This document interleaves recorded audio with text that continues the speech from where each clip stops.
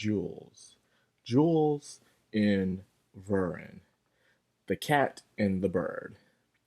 It's usually the cat and the mouse. But to see the bird every now and then. If the cat does catches the bird every now and then, but at the same time, depending on the bird, it'll catch the cat. And this one being a lion, and what the heck Vernon is. But whatever this is, it's a bickering that's to no sense very irritating to Nafumi in the game. Spending the time inside of this place, he is worshipped as a god. But one thing you should understand about worshiping as gods is that people worship and serve the gods the way that they see fit. Not according to the god, but according to their own will and religion. Ever seen that out of context, misinterpretations where everyone worships the same god, but they worship him in different ways. So everyone's fighting on how you should worship that said god. And at the end of the day, the God just wants you to follow his teachings and all of love and peace and prosper, but you're all too busy slaughtering each other or doing it for a personal gain, like creating giant churches and exploiting people and collecting crap tons of money. Don't get me wrong, churches are a good place. I was raised around churches being young, and we always gave back to the community, always helped out when there was a need. I remember spending my weekends a lot of times when I was a kid at some food store passing out goods and clothing all the time within my church. And I still do that every now and then when I donate. So there are good things, but those in higher ups powers always seem to have some sort of they lose their way so much. They often do. So Nafumi's here, and he's treated, of course, at the highest regard, while his gang is treated no any better. Like he had his big ass room to himself. Everyone has to share this little room as well. You expect them to treat his companions with high respect as well. Like in El Dorado. Hell, I remember in El Dorado, the two guys were seen as gods were treated well. But as long the horse is also treated like a god too. You expect them to do the same thing, but I guess not. He's like, screw your companions now for me. And not only that, no matter what village they are in, the two siblings, Outlaw and Fall, are always mistreated no matter where they go. Whether it's inside of a human area or even in a place full of beastmen. It must really suck for them, and I do feel sorry. But they do meet someone very interesting, a guy named Ethan who once worked for their father, warning them that the lion, Jules, probably has something to do with their father's murder. So he has no true to streak evidence, but however, it does believe he has some involvement. Why, how? There could be some reasons, and some further digging is very necessary. But until then, keep an eye on them. As were Vern, they all try to do their best to please the Shield Herald in their own way.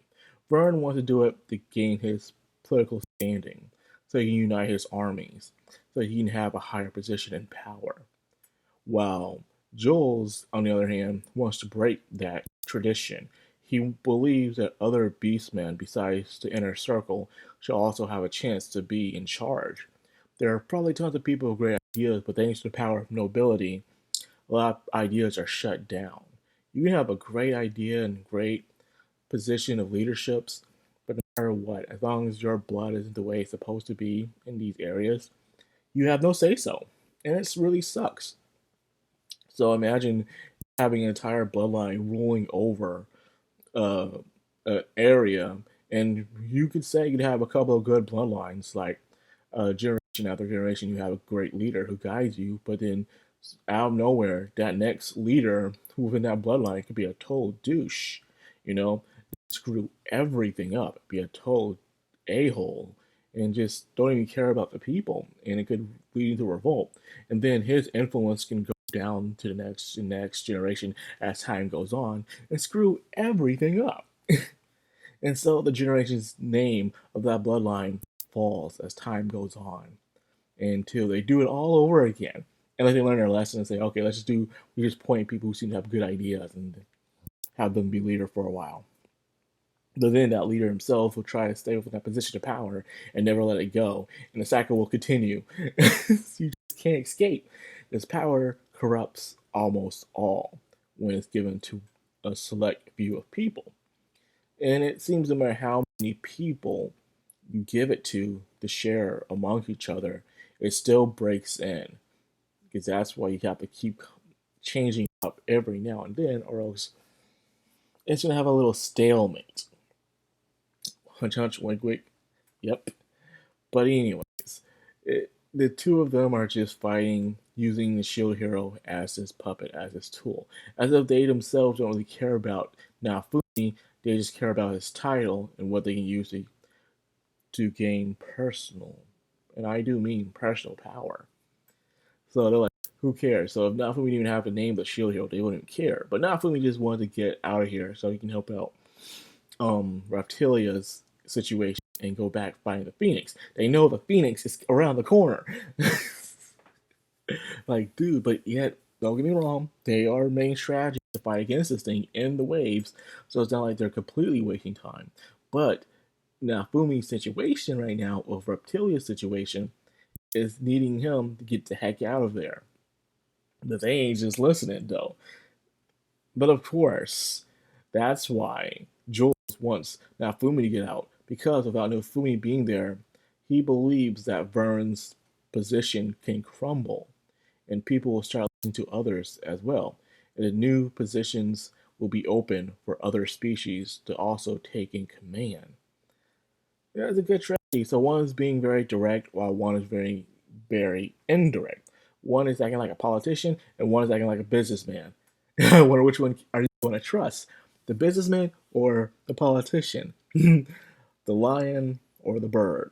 Which one will you trust in us? No, he choose neither. I believe, he orchestrated the thing for the food poisoning. If he wanted to poison the food, he probably poisoned the food. Because he had the bottles ready just in case, or he had it ready anyway. Because he's always been a Batman. You could say Naomi in a way is a Batman. He's always prepared for anything. Always have that potions. He does everything he can to think of every scenario and find some way out of it. So who knows? Maybe that's just him. Now, in the beginning, the queen did warn him that things were going to be very hefty. Like, they'll send a crap ton of noble women on him. And they even put him inside a place with aphrodisiac, for crying out loud, man. They really want this guy to get it going on. And no women rushing over him and stuff. It's funny. And people are saying, it's funny how those who have no care in relationships in anime are always the ones who get so many women on them all the time. He don't want none of them. While the opposite happens for someone who does want women and gets none of them on them until they work their way around it. Like, Issei or something like that. So Issei is the exception for the rule. Other than that, you don't know many other guys who are in harems who really want a lot of women around them like that. It's very funny because in reality, there's these thing called playboys and stuff where they do have a lot of women around them and they do want the women around them, and the ones who don't want women around them don't have women around them. I know a very few in certain communities, but that is it. But I just find it funny how that is in the anime logic in Japan. Like, pretend you don't want no girls. The girls come. You really want girls. The girls are nowhere to be seen. They see you as a creep. I'm just saying that. It's strange anime logic. But anyways, it seems like Allah is the one who banged her fist. This is amazing how much Allah is just being so outspoken and be the first one to really say something all the time. She really is being her own character now ever since she was healed by Nafumi. Like, not just being attached to him and wanting to become stronger, but also just speaking out and speaking her mind no matter what situation, which can help in a long way. So I can see what she's going to say next episode, because unfortunately that's where it ended. So we'll see what she has to say next episode. Other around is very good. You don't always need action scenes. Sometimes you need a very interesting situation with good characteristics happening around you, seeing what goes where, and trying to figure out how will it end. With that being said, I think I'll end the video here. I hope you guys enjoyed. If you did, like, comment, subscribe, and of course, hit that bell icon. This has been Madcrownxox, all Madman, signing out.